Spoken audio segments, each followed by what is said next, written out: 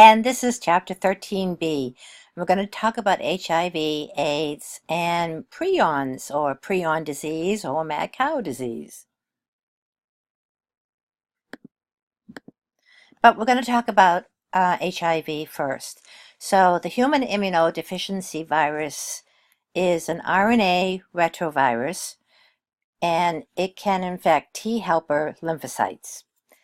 And this is a picture of the virus. It's very complicated and it has a lot of protective coats. Now, in the middle of this is the RNA of the HIV, and it also has some of its own enzymes that it has made. And the rest is just protective packaging. So the green is a protein capsid, the blue is a protein matrix, and the red is actually plasma membrane that has been taken by HIV when it budded off of the cell that it had infected. Just a little bit of plasma membrane, not a lot. And then the little blue and green, these are the antigens. The immune system sees antigens, or foreign molecules, or non-self molecules, they're called. So it recognizes them as non-self, foreign, or different, and then they attack. The problem with HIV is the cell it attacks. It attacks the T helper lymphocyte, which is that part of the immune system that sets up the battle, that orchestrates the battle, that activates the cells that will participate in the battle. And when you kill off that T helper lymphocyte, then there's no other lymphocyte that can step up and take over that role. So the other lymphocytes are not damaged by HIV, but they can't be activated to kill it. So in this next slide, the reason why I did it is it shows a little bit more about the enzymes that come prepackaged with this virus, this RNA virus. And the first one is maybe the most famous of the enzymes, reverse transcriptase, and that's going to make the RNA virus into a DNA form so it can insert itself into the chromosomes. And another enzyme that we'll talk about is integrase, and it's this little thing right here, and that's going to be the enzyme that can insert the DNA of HIV into the host chromosome. And then last but not least, the third one is protease, and this is represented by the little blue, and that is going to help to assemble the new virus. All right, the life cycle. How does HIV land, insert itself, make copies, and so forth and so on? So the first thing that it's going to do is it's going to want to attach to what is called a CD4 T helper lymphocyte. Now, let me talk a little bit about CD4. CD4 is the receptor that is tricked into accepting the HIV virus and allowing it to enter by fusing into the T helper cell. And the receptor has become so famous, and saying T helper lymphocyte is such a mouthful that very often in a clinical setting, they'll be talking about the CD4 count of a patient. And the CD4 count is just the shorthand term for a T helper lymphocyte, or sometimes it's called a T helper cell. But more often, they'll be talking about the T helper lymphocyte as a CD4 cell. What's the person's CD4 count? And we'll talk in a minute about why that's important. HIV, human immunodeficiency virus, is a retrovirus. It's an RNA virus. So what it's going to have to do is make itself into a DNA form in order to incorporate into the DNA chromosomes of the CD4 cell. So once it has landed on the CD4 receptor and has fused into the cell, it will uncode itself, and now the RNA HIV has to become a DNA HIV, and that is due to the reverse transcriptase. It's going to reverse it. Usually it goes DNA to RNA. HIV goes from RNA to DNA. And once that happens, the DNA wants to incorporate into the cell's DNA chromosome, and that's what the integrase does. Once that happens, that is going to establish lifelong infection. We don't have a way of stopping that. We don't have a way of getting rid of it. It's going to be inserted in there. Yes, the infection is going to occur very slowly over a course of years because sexually transmitted diseases want the person to appear to be healthy, wealthy, and wise so that they'll have sex with somebody and that the disease will spread.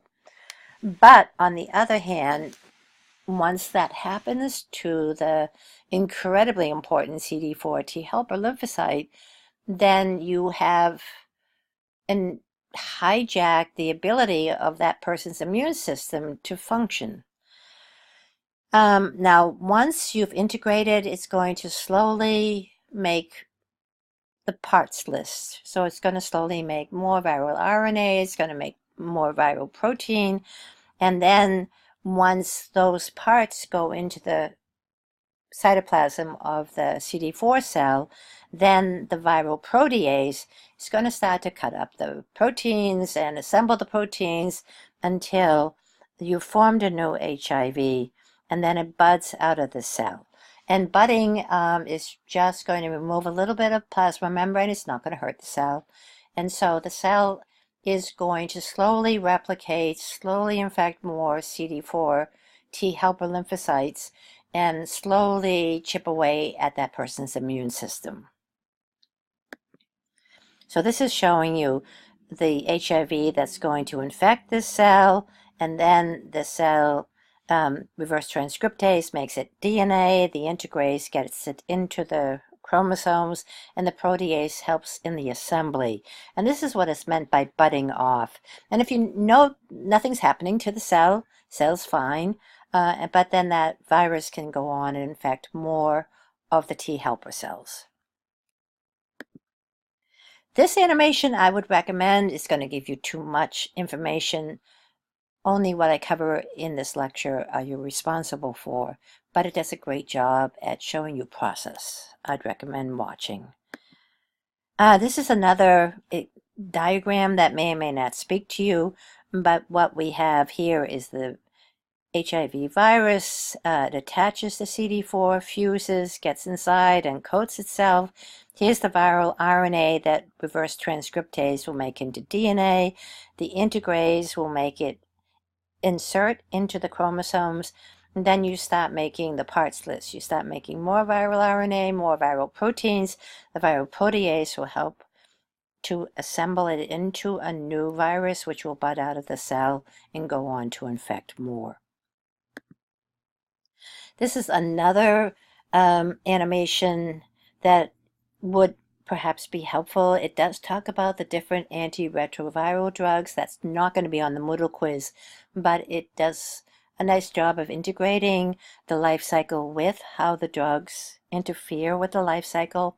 Doesn't cure anything, but at least keeps the viral load down so the person can enjoy their health before it gets too low and it converts to a frank AIDS, acquired immune deficiency stage, which then the person is so vulnerable to so many things, and then eventually their CD4 count will be totally decimated and death will quickly ensue. Clinical features. The important about the clinical features is the way that the virus slowly chips away at the CD4 count or the T helper lymphocyte count until it reaches a point of no return. It's like the straw that breaks the camel's back. A healthy person has about 1,000 CD4 cells, and in circulation. And what then is going to happen is they are infected by the virus, the viral load goes up, and then the viral load stays pretty steady. Now, watch where the light and the dark purple come. This is going to be when you have the CD4 lymphocytes. And this is year 7. That's going to get around 200 or so. And once it goes 200 or below, that's when it goes into AIDS.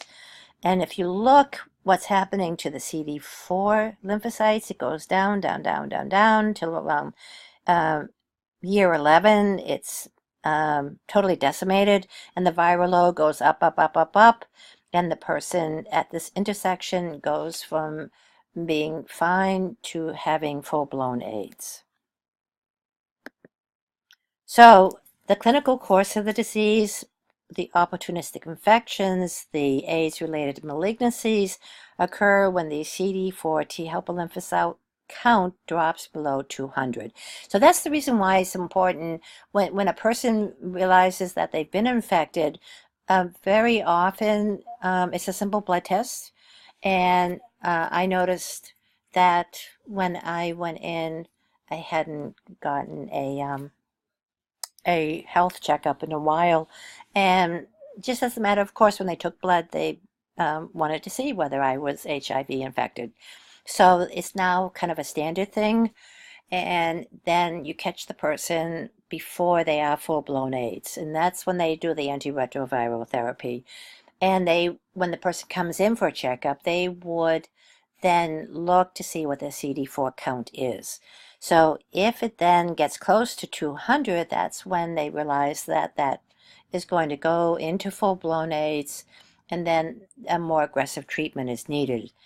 And this is an animation. Again, it's recommended. It's not going to be on the Moodle quiz, but it goes into how HIV becomes full-blown acquired immune deficiency syndrome, with all of the opportunistic diseases ravaging the person's body and making them more prone to certain cancers. Now, that's as far as we're going with HIV. Prion disease or mad cow disease is something totally different, but it's again in this chapter because, like HIV, it's incredibly complicated, and it actually causes disease in a much different way. So just as HIV has just so brilliant minds have tried to figure out a vaccine for HIV, a cure for HIV, and we've come up short. It's just such an unusual, aggressive, evolved virus, and it has eluded brilliant minds. Same thing with prions and mad cow disease. It's a very different way of causing disease. So believe it or not, it started in the 1960s as far as figuring out what prion disease is all about. So in Papua New Guinea, there was a tribe called the Foray tribe, and it seemed as though all of a sudden the children and the women of the village died of this very weird disease that was very AIDS-like. I'm not very AIDS-like, it was very Alzheimer's-like. And yet, once the children or the women started to show signs of dementia, they died within 6 months. It just went very, very quickly. And it actually caught the eye of the Center of Disease Control, and the CDC sent a team out to see what was going on. And when they took the brains of the women and children who died of a disease that the tribe called Kuru, which meant a shaking disease, and they found that their brains looked very similar to the brains of Alzheimer's patients. Spongiform encephalopathy is a mouthful, but what's happening to the brain is looking like a sponge, so it has all these holes in it. And encephalopathy is talking about the degradation of the brain and the dementia that's brought on as the brain is being destroyed.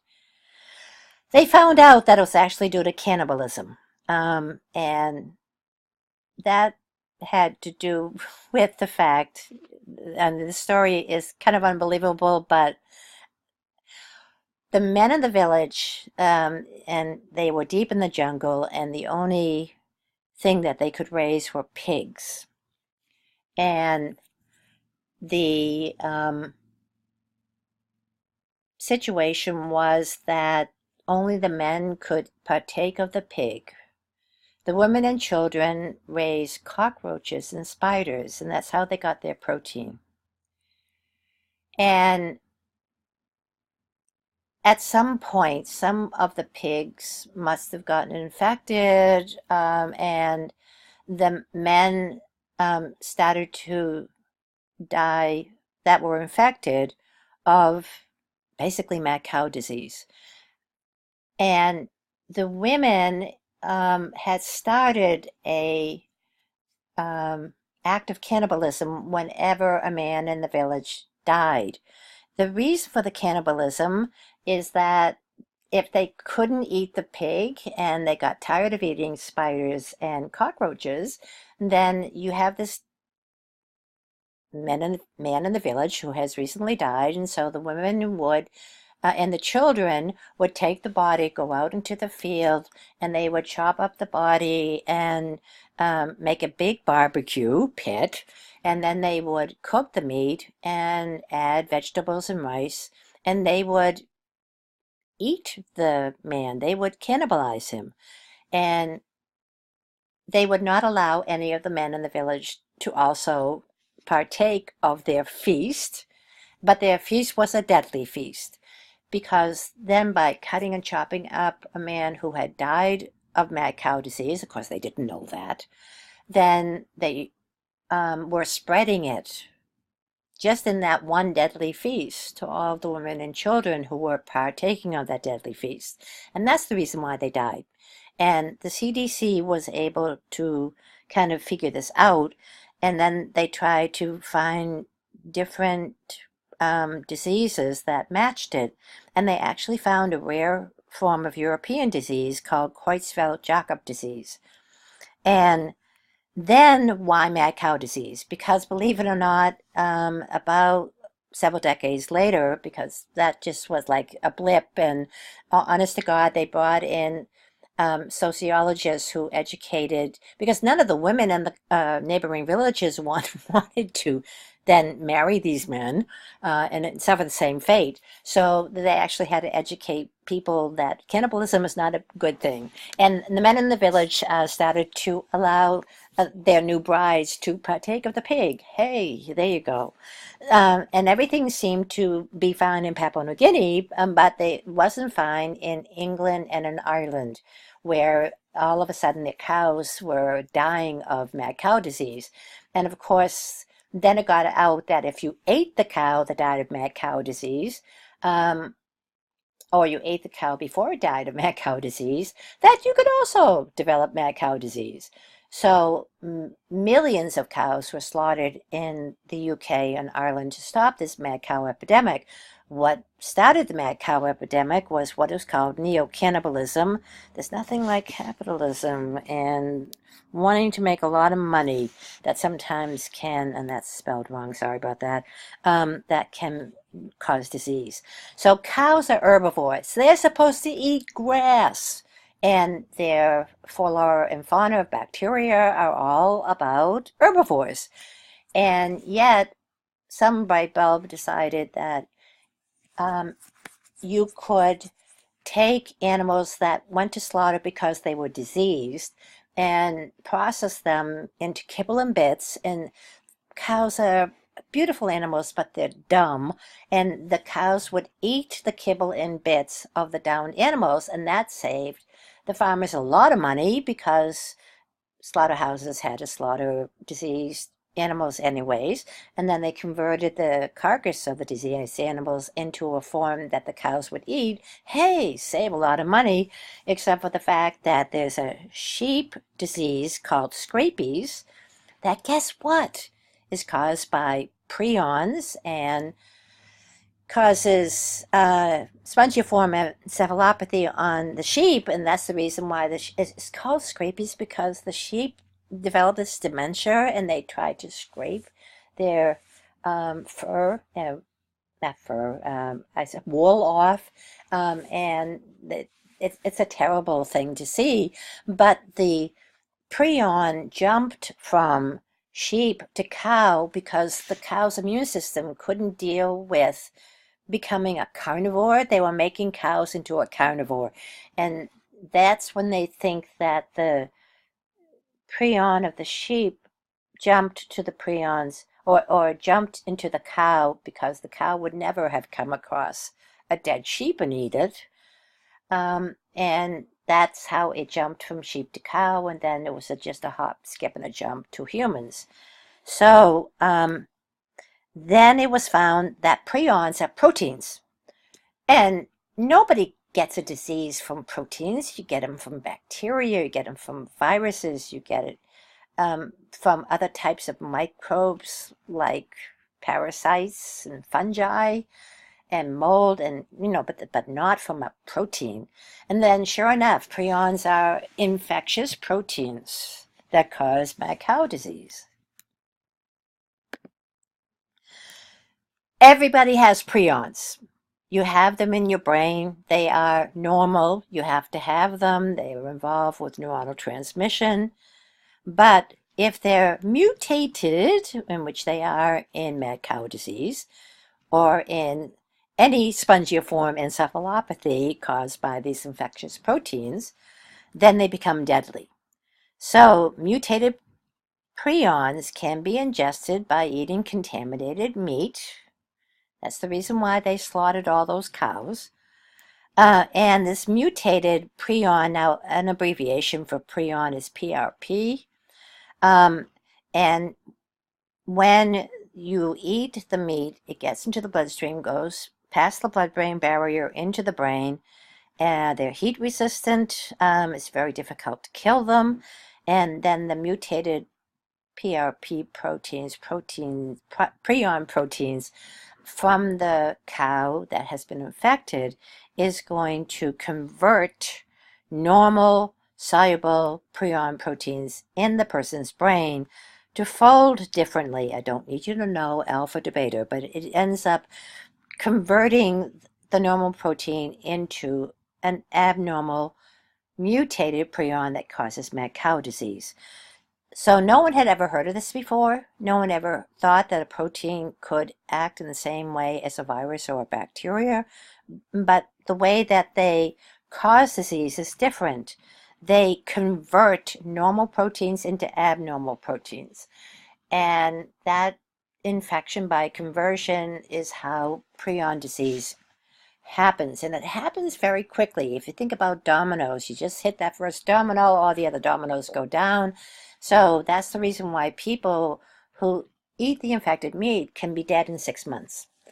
And I don't need you to know that they're concentrated in lysosomes, but I do want you to know that it's a mutated prion. Everybody has normal prions.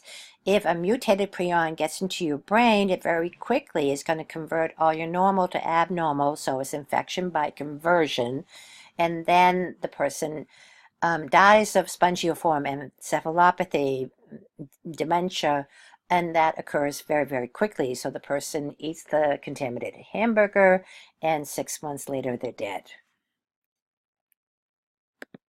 And here we go, mad cow disease. It was very striking, very heartbreaking, but more heartbreaking.